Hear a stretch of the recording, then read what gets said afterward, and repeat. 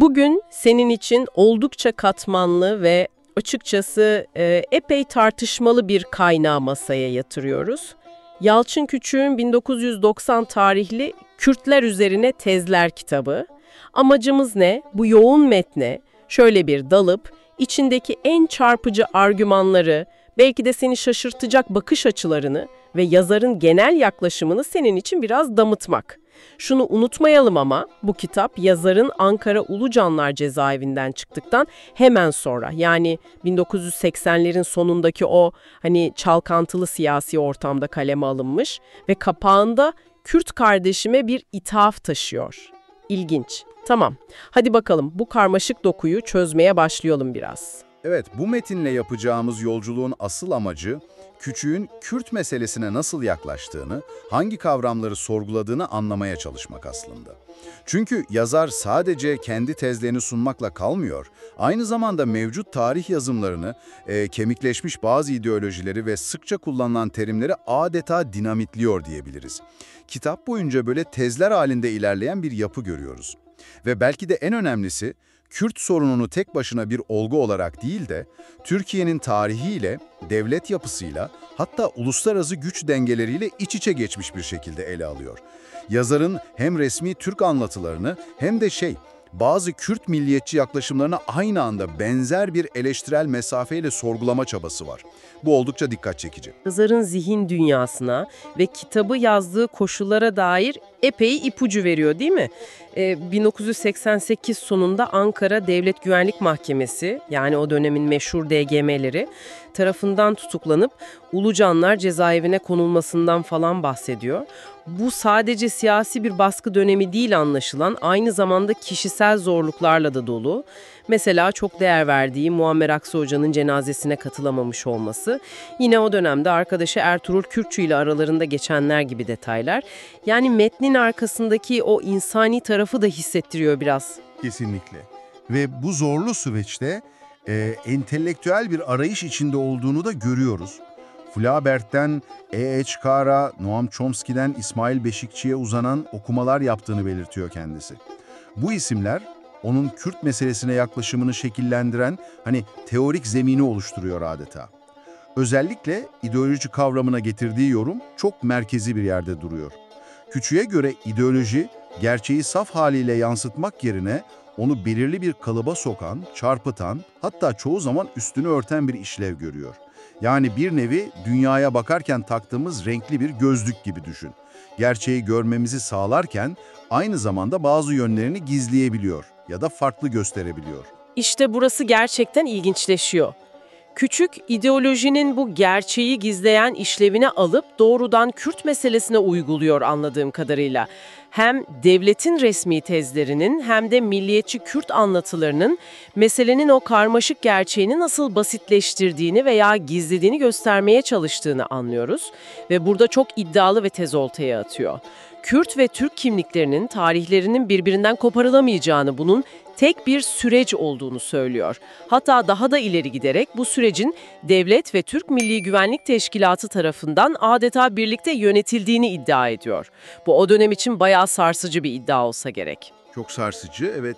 Zaten bu iddia kitabın ana damarlarından birini oluşturuyor. Yani Türk ve Kürt tarihinin bu derin, kopmaz iç içeliği meselesi. Yazarın ideoloji eleştirisi de tam bu noktada daha netleşiyor aslında. Eğer ideoloji gerçeği gizliyorsa, Küçük'ün bakış açısıyla hem resmi Türk tarihi hem de ayrılıkçı Kürt tarihi olarak sunulan anlatılar aslında bu iç içe geçmiş, karmaşık gerçeği gizleyen ideolojik kurgular olarak görülebilir.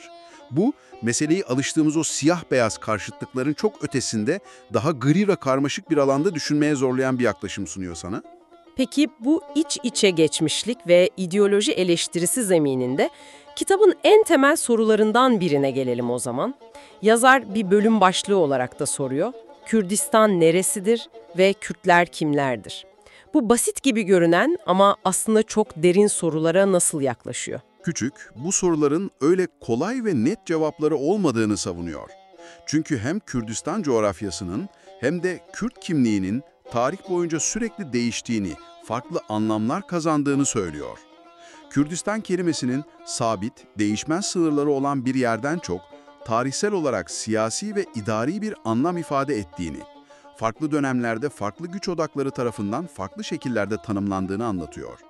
İşte Minorski gibi araştırmacılara atıflar yaparak kelimenin kökenini, tarihsel kullanımlarını didikliyor resmen. Yani sadece coğrafyaya değil, dilin kendisine, kelimelerin tarihine de bakıyor aslında. Evet, bu çok ilginç bir nokta.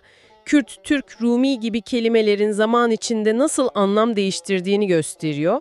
Mesela Rumi kelimesinin başlangıçta Antik Roma ile bağlantılıyken zamanla Anadolu'yu, hatta Selçuklular döneminde o coğrafyadaki Türkleri de kapsayacak şekilde nasıl evrildiğini anlatması, kimlik ve aidiyet tanımlarının ne kadar akışkan ve tarihsel bağlama bağımlı olduğunu çok çarpıcı bir şekilde gösteriyor bence.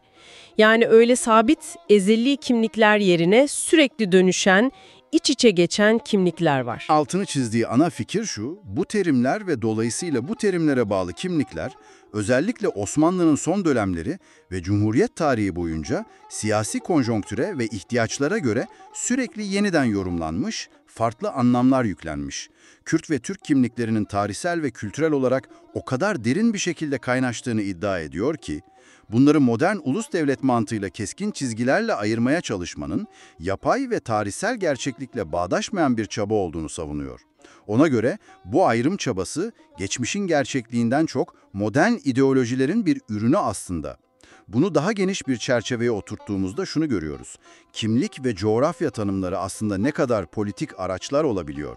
Çoğu zaman nesnel bir durumu değil de belirli bir siyasi projeyi veya iktidar ilişkisini yansıtıyorlar yani. Zar, Türkiye yakın tarihinde derin izler bırakmış Şeyh Said isyanı yani 1925, Dersim Harekatı 1937-38, İran'da kurulan o kısa ömürlü Mahabat Cumhuriyeti 1946 gibi kritik olayları kendi perspektifinden yeniden okuyor.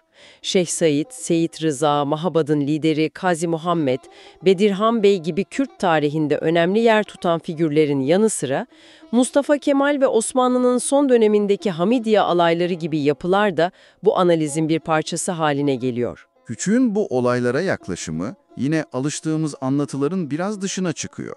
Hem Kemalist resmi tarih okumasını hem de bazı standart Kürt milliyetçi yorumlarını aynı anda sorguluyor gibi. Mesela 1925'teki Şeyh Said isyanını ele alırken, olayın sadece bir irtica veya basit bir Kürt isyanı olmadığını söylüyor, İngiltere'nin o dönemki Musul petrolleri üzerindeki hesaplarıyla ve genç cumhuriyetin kendi içindeki güç mücadeleleriyle olan karmaşık bağlantılarına dikkat çekiyor. Yani İngiliz faktörünü öne çıkarırken, isyanın saf bir Kürt milliyetçiliği motivasyonuyla yapıldığı tezine de şüpheyle yaklaşıyor.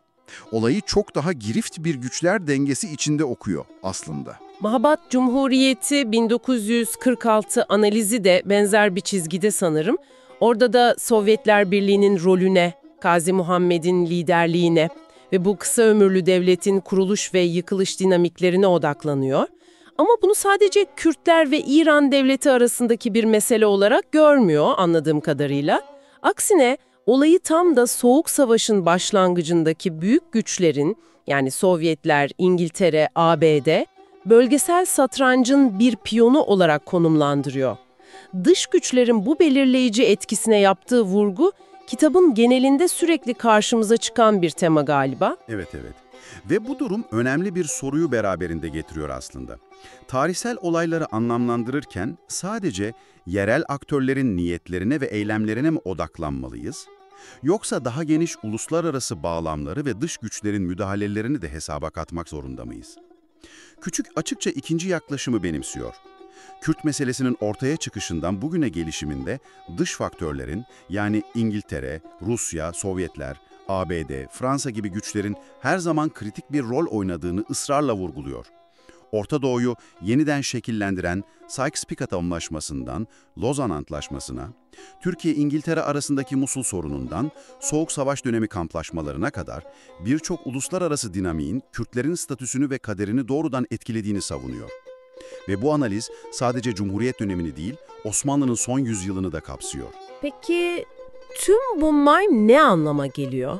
Yani bu tarihsel analizler, ideoloji eleştirisi ve dış güç vurgusu devletin rolü, muhalefetin durumu gibi konulara nasıl bağlanıyor kitapta? Küçük, hem Osmanlı hem de Cumhuriyet devletlerinin ideolojiyi bir kontrol, bir meşrulaştırma ve bazen de bir asimilasyon aracı olarak nasıl kullandığını inceliyor. Özellikle Cumhuriyet döneminde Türk tarih tezi gibi yaklaşımların veya Kürt kimliğinin inkarının bu ideolojik mühendisliğin bir parçası olduğunu ima ediyor sanki. Baskı mekanizmalarına gelince özellikle devlet güvenlik mahkemelerine, yani DGM'lere dikkat çekiyor. Kendi yargılanma sürecinden de örnekler vererek bu kurumların işleyişini eleştiriyor. Yazar, devletin gücünün sadece tankla, tüfekle, mahkemeyle sınırlı olmadığını da söylüyor.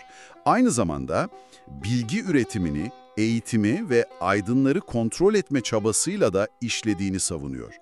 Üniversitelerin bu konudaki rolünü sorguluyor mesela, akademik özgürlüğün sınırlarını. Ve özellikle Kürt meselesi üzerine çalışan bir Kürt aydını olmanın getirdiği zorlukları, riskleri tartışıyor. Bu noktada sık sık İsmail Beşikçi örneğini veriyor.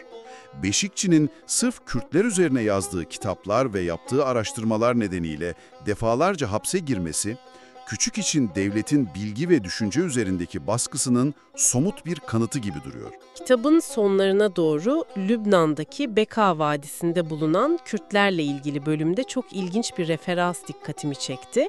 Edward Herman ve Noam Chomsky'nin meşhur rıza üretimi, yani manufacturing consent modeline atıfta bulunuyor. Yani medyanın, propagandanın ve genel olarak egemen söylemlerin kamuoyunun nasıl şekillendirdiğini, muhalif sesleri nasıl duyulmaz kıldığını veya itibarsızlaştırdığını bu model üzerinden tartışıyor.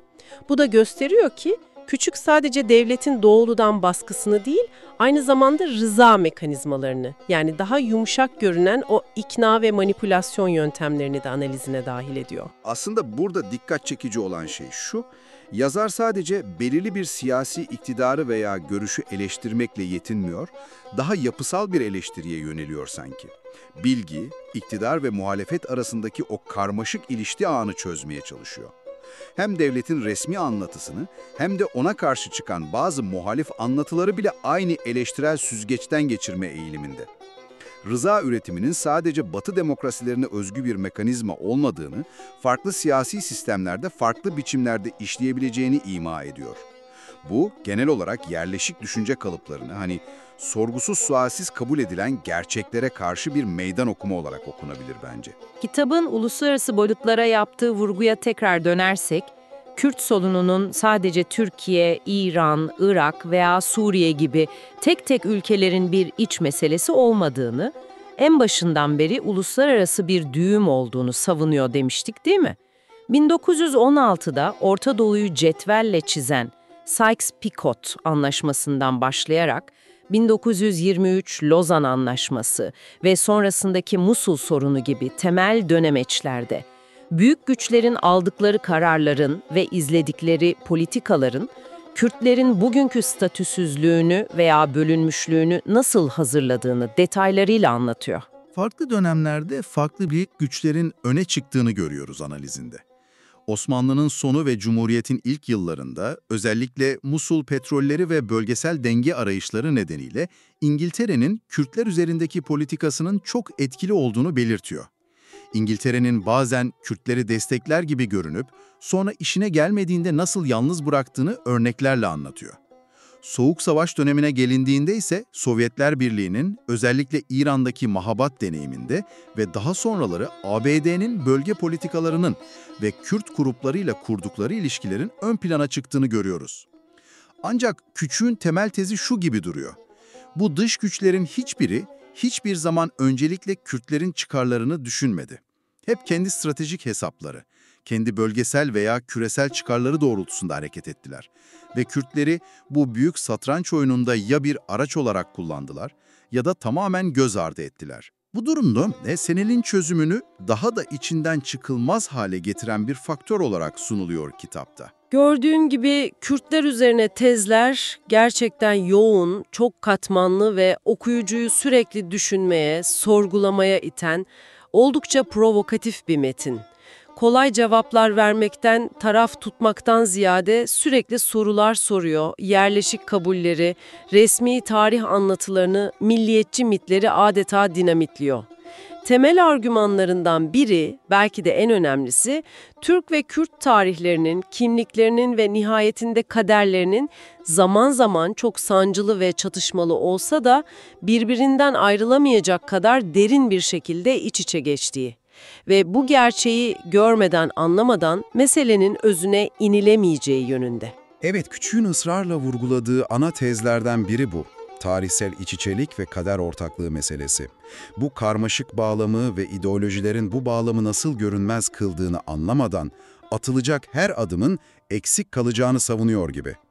Kitap, kendi tezlerini ortaya koyarken oldukça iddialı, yer yer çok keskin ve tartışmaya fazlasıyla açık bir dil kullanmaktan da çekinmiyor. Belli ki amacı okuyucuyu rahatsız etmek, zihnini sarsmak, mevcut düşünce kalıplarını kırmaya zorlamak. Bu nedenle de yayınlandığı 1990 yılından itibaren hem çok ilgi görmüş hem de çok ciddi tartışmalara yol açmış bir eser olduğunu söyleyebiliriz. O zaman bu derinlemesine incelemenin ardından sana son bir düşünce egzersizi bırakalım. Yalçın Küçük'ün 30 küsür yıl önce yaptığı gibi kemikleşmiş terimleri, sorgulanmayan kimlik tanımlarını ve ezberlenmiş tarih anlatılarını böyle kökten sorgulama, adeta yapı bozuma uğratma çabası bugün bize ne söylüyor? Senin kendi düşünce dünyanda veya çevrende gözlemlediğin hangi yerleşik anlatılar, hangi tartışılmaz gerçekler, benzer bir eleştirel mercekle yeniden incelenmekten fayda görebilir sence?